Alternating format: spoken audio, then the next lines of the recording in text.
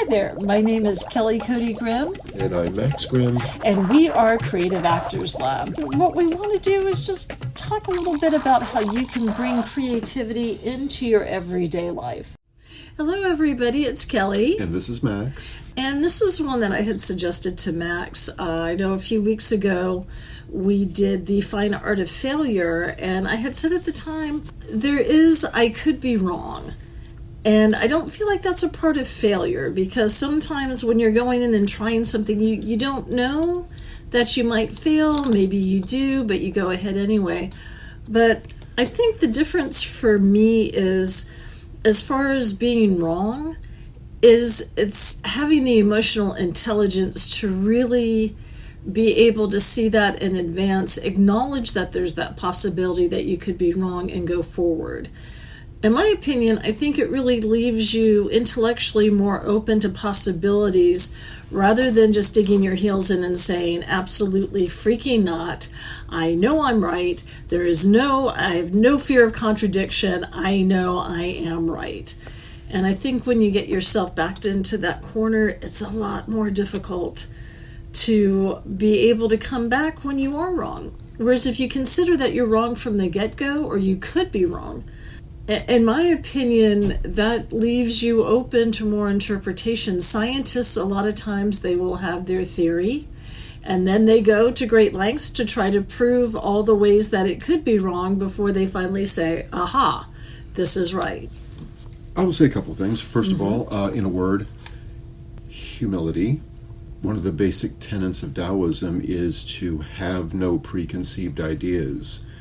Do your work and move on, and just learn what you learn from it. And it's just you could be wrong, you could be right. In these podcasts, I'm just seeing this developing thread of in acting as in life. And that's what we're the same thing. When you are in a situation to where it's like, okay, this is not working out, have the good sense to cut your losses and get out. And don't beat the dead horse, and don't say, oh, well, things will get better, when you know good and well in your heart of hearts, if you're really being honest with yourself, it's not going to happen. Or maybe it's just now is not the time for a certain project or a certain thing to manifest and evolve. It's just not its time, through no fault of anyone's.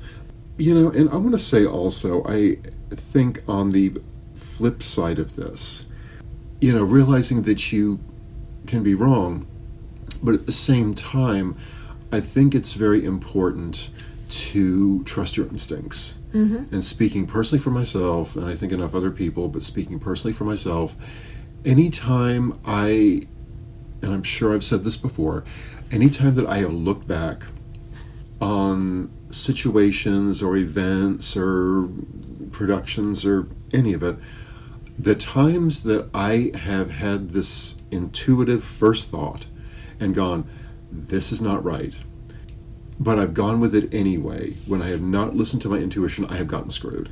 I have just absolutely, I think hands down, every time I have not listened to my intuition, I have gotten screwed. Every time that I have listened to it, that is quite another matter. Whereas it's like, I kind of go with that original base thought of this is not right, and then I can navigate my way out of it more successfully with less trauma and heartache and bad feelings and ill will and lost money and lost time and energy and all of that.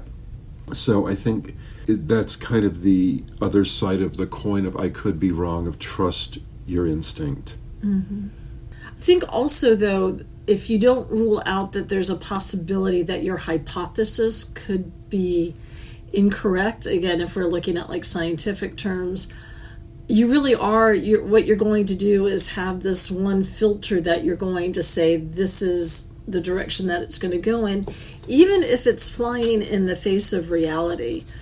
And I mean, I could tell you for myself, there are times when I've been really happy that I have been wrong. When I have gone to events and I'm basically pulling myself kicking and screaming because I'd rather stay home and write and just hang out and not have to see people. And then I'll go to these events and I'll come back. I'm like, oh my gosh, that was so much fun. And I made this connection. I'm going to follow up and everything, which I wouldn't have done. I mean, yeah, you could stay home and write, and that's great. But the fact that you got yourself out of your comfort zone and went ahead and did something, and in those cases, I'm always delighted to be wrong and just say, you know what? Absolutely. That would have been misguided if I had not gone ahead and done that. So for me, also there are times when I'm thinking worst case scenarios and I'm wrong. I'm delighted by that. I'm not one of those people that has to sit there and go, oh no, it's got to be the worst case scenario, then I'll be right. And I'm like, no, I don't want that. If it doesn't happen, it doesn't happen. And that's a positive side of it. But again, you always have to look at, am I not seeing everything here? And is that clouding my judgment so that I could make a wrong decision or a wrong assumption?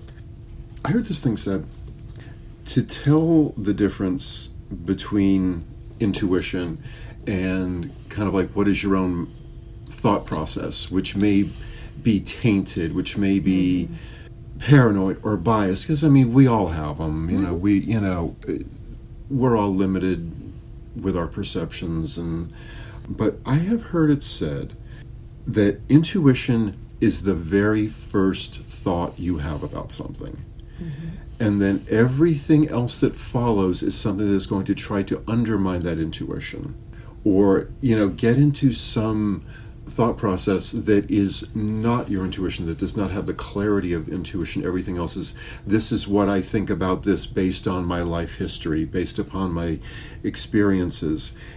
It takes a while to kind of digest that analogy, but it's over the years, and I heard this probably 30 years ago, and as I've grown and evolved and experienced life and gotten involved in this, gotten involved in that, that's really true.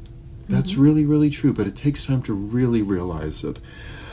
I'm involved in a thing right now. It's not theater, but metaphorically it kind of is. Anyway, I'm in the situation right now that, I mean, knock wood, I'm very happy. I cannot believe I'm working in the situation that I'm in now. I mean that in the absolute best possible of ways. And I did not see this coming. In fact, when the idea of becoming involved with it first came around, before I knew anything, my first thought was, they're going to be snooty and they'll never hire me, and they're going to be if I get in there, it's going to be a bunch of, temperaments and egos and politics and bitching contests and all of that sort of thing. And I am very, very happy to say I was wrong. Oh my God, was I wrong? I am so wrong. It was amazing how wrong I was about this thing, and I am so happy about that. I am so grateful to be wrong about this. It's because if I had just followed that I don't want any part of this, sour grapes kind of mentality. They're just going to be like this, and that's the way it's always going to be, so why should I even bother? And I was wrong. I was very wrong, and I've been around the block a few times, and it's not my first rodeo, and I was very wrong about the current situation I'm involved in, and I'm so grateful on many levels. And, particularly if you're in management and you are addressing a group of people, honestly, I think what helps them listen to you better and perk you up is that if you say, you know what, I could be wrong about this, but based on my experience, X, Y, and Z. And the fact that you've already opened up that possibility that you may not have seen everything, what my experience has been in a management standpoint is people may then jump in and go, hey, you know what? I think you are seeing that, but based on my experience, I've seen X. And then all of a sudden, everybody's joining in because you've created a safe space by not saying, I know I am right, there is no way I couldn't be right, this is what we're doing, boom. That's one of these, let me just jump in. That's one of the components of creating a safe space to do dangerous work, which is what I've personally always tried to do anytime I've directed or taught or any of that. And that's, I don't have a monopoly on being right. Nobody does. Exactly. But you got to admit it, though. Yeah. When people know that they have that, they are just going to share so much more. They're going to want their experience. They're going to give you ideas. And that's what I think a good organization becomes, is because the people that are there know that it's okay, one, to say what their ideas are, two, when we talked about the fine art of failure, it's okay to fail, and it's okay to be wrong. Not all of us see the entire situation all at once. And then when you do acknowledge that, you've just got more people that want to be a part of what you're doing and seeing the whole situation rather than just that little slice or their little petty slice. I just think that admitting that you're wrong is really a hallmark of emotional intelligence. So if you're, just able to say that's a possibility, then people are like, oh, okay, yeah, well, we can all be wrong. But it does open things up rather than being very dogmatic in how you're approaching things. And again, that comes from, with other actors. If you are a director and it's my way or the highway, boom, that's all we're doing. Or you're a writer and it's like, you've got to do it exactly as I have written it down to the semicolon because I'm right. And if you don't do that, it's wrong. You don't have all the components together and the cooperation that people need. And they need to, again, have that safe space to go, well, hey, you know what? Let me try a take like this. I could be wrong. And on The Office, they used to do that. They go, you know what? I know we've gotten everything that we did, but okay, guys, why don't we do one or two takes? You guys kind of play around with it. And sometimes those were the takes that they chose. And as far as creating an environment like that, I think there's two things, really. And it takes a good bit of maturity and time to really embrace and live the concept of, I'm not the leader, I'm not the director, I'm not the teacher, I am a fellow student. Even though I may be in the position of teacher or leader or director or whatever, I am a fellow student. That is something I think that clicks in with the concept in acting of strength through showing vulnerability.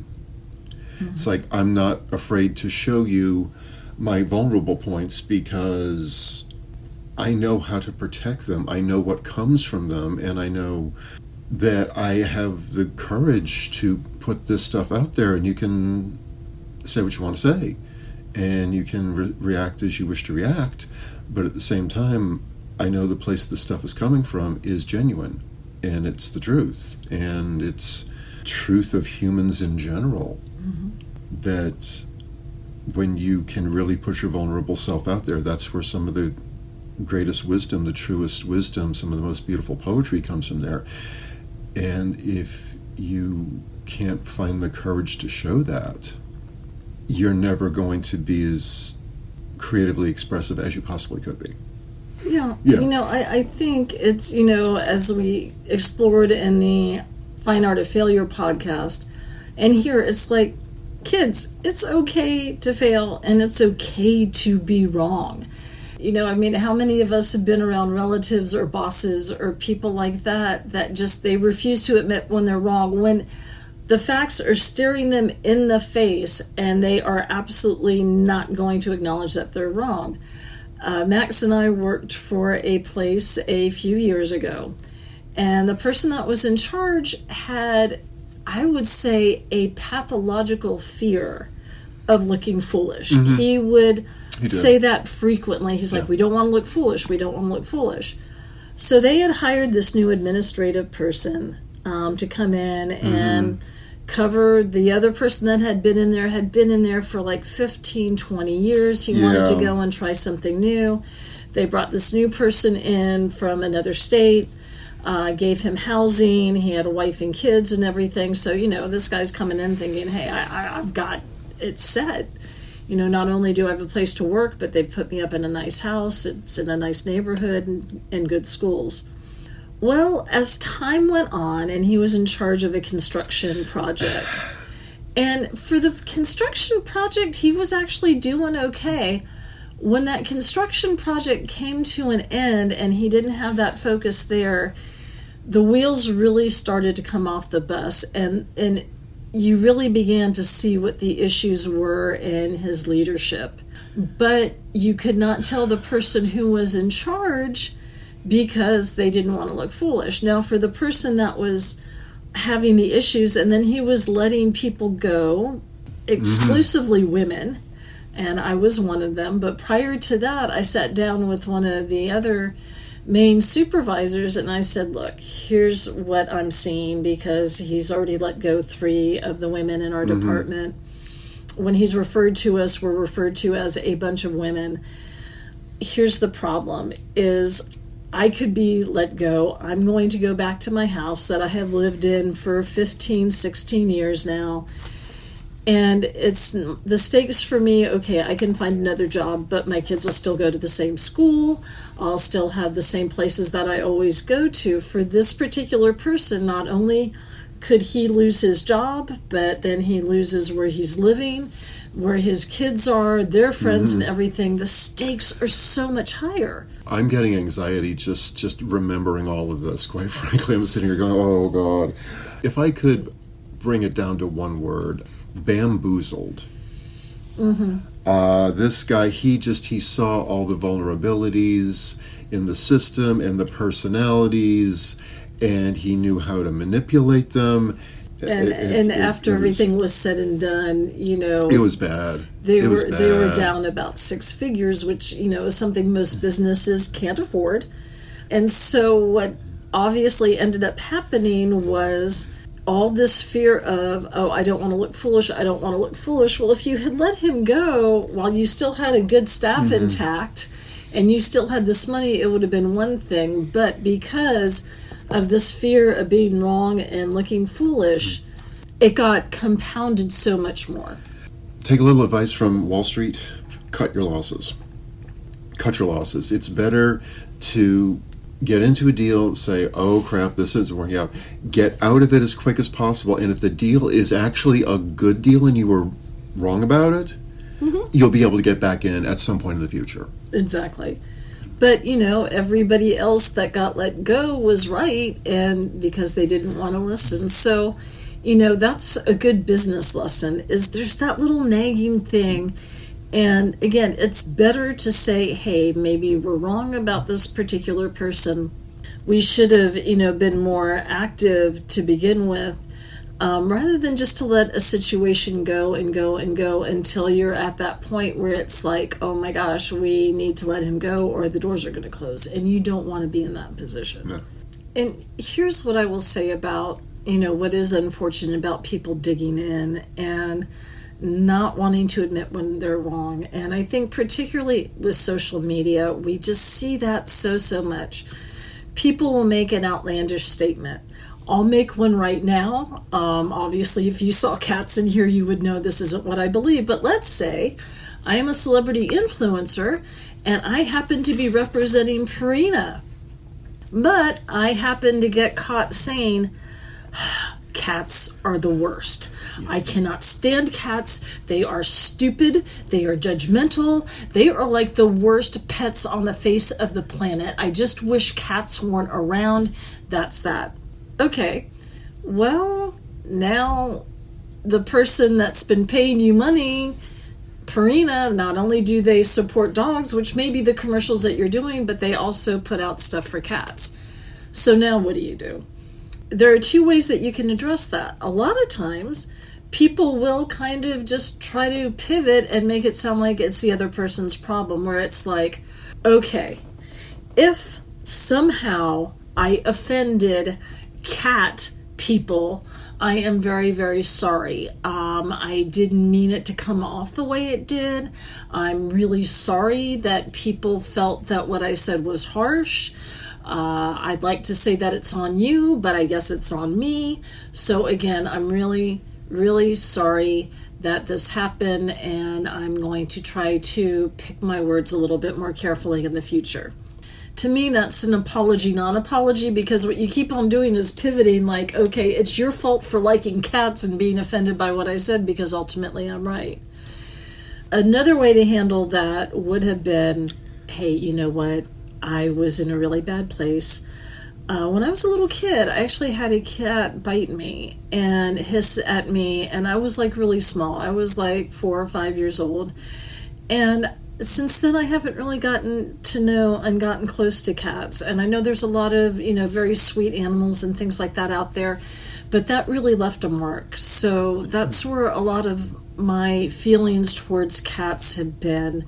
And I know now, being a representative for Purina, I need to make sure that I am looking out for the rabbits, the cats, the dogs, everybody who's part of the Purina family. And I sincerely apologize, but maybe now that you understand what happened to me as a young child, you might understand a little bit more where I was coming from. It doesn't make it 100% right. It doesn't make it right.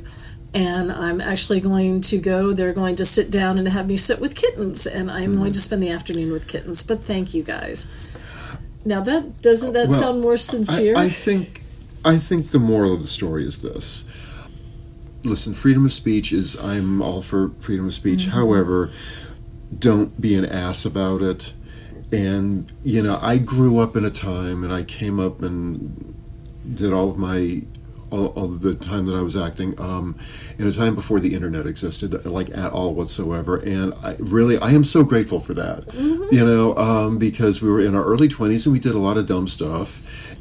But, for actors in particular, be very careful what you post on social media. It will have repercussions. Look, everybody's entitled to their opinion. Everybody is entitled to express it however they feel it needs to be expressed. However, keep in mind, actions have consequences we never dealt with when we were young and cutting our teeth in acting and figuring it out and getting in this production and that production and all that stuff. We did not have that, and I will just say I have that perspective of, I know what it was like back when, but I see what it's like now, and I'm like, oh my God, thank God I didn't grow up in that time and place, and or in the time and place that is going on now with social media. Because if you remember, and it was one of the first things that made it onto the internet, but the comedian Michael Richards. At the stand-up club, and he used the N-word like, I don't know, like 157 million times in 30 seconds. He got triggered and just went off, and that pretty much... And he apologized profusely on numerous occasions. Look how much work he's gotten as a result. Yeah. So, pick and choose your battles with some wisdom, and just know when it is better to keep your eyes and ears open and your big mouth shut, especially in the world of social media. So, that being said... I'm going to go back to, a biblical proverb that I think really sums this up, and it is pride goeth before the fall, being overly proud, being aggressive, feeling like you have to be right. If you're not willing to engage other viewpoints and see how other people see the world, chances are you're not going to be able to go forward, because you just don't really have the sense of what that worldview is. You're not seeing it from 30,000 feet. You're seeing it right in front of your face. And when you limit your ability to really see the entire picture, chances are you are going to have that moment where, if you dig your heels in and you don't acknowledge that, hey, I may not be seeing everything because I can't, what are your thoughts? And what are your thoughts? And what are your thoughts? And when you start to bring that all in and you acknowledge that you're not seeing everything, I really think that your success rate's going to go up, just because you've acknowledged that you could be wrong and you're not seeing everything, and you don't want to go for the fall. I'll close it out, if I may. Sure. With, I think it was Albert Einstein once said words to the effect of, a person who is not willing to make mistakes has no chance of ever doing anything great. We sincerely hope this is helpful. If you know of anyone who may find this information to be helpful, please pass it on. If you are able to support us on Patreon, please do. We do this because we really want to help people and give people some information and some kind of like a creative spark and some inspiration to go out and do something beautiful, to make smart. All right. Well, again, thank you guys so much, and we will be with you next time. We appreciate you guys tuning in, and keep in mind that you can catch us on our social media, Creative Actors Lab on Instagram and Facebook, and by the same name on YouTube. And for more on what we do, you can go to our website, creativeactorslab.com, all one word. Thank you for listening. Stay curious, make art, not war. Much love until next time.